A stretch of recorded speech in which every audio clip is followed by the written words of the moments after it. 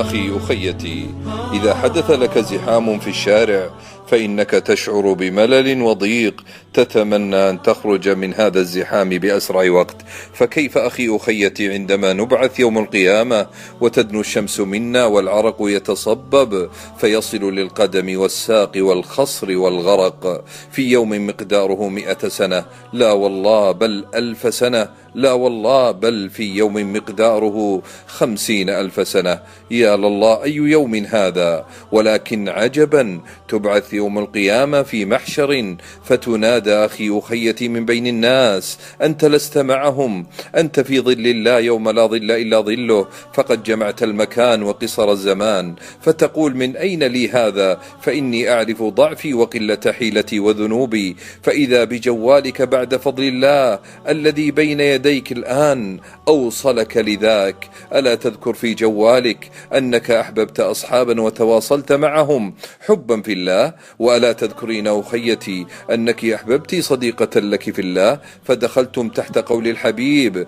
من 7 الذين يظلهم الله بظله ورجلان تحابا في الله، والبشارة أن المرأة تدخل في الفضل كالرجل.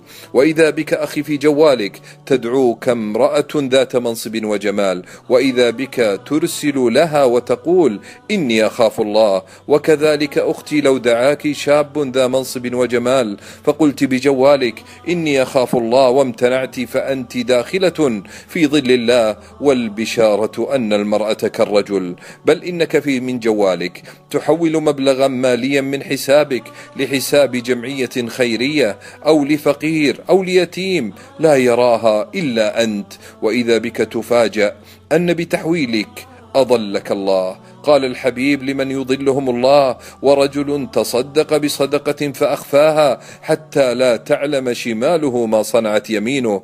والبشارة أختي أنك مثل الرجل في هذا الفضل. بل من جوالك وأنت لوحدك حرصت على مشاهدة مقاطع نافعة ورسائل طيبة، فذكرت الله تعظيما وحبا ففاضت الدمعات لا يراك أحد. قال الحبيب: ورجل ذكر الله خاليا ففاضت عيناه. فأنت أخي أخيتي داخل في ظل الله، كل هذا في جوالي وأنا لا أعلم.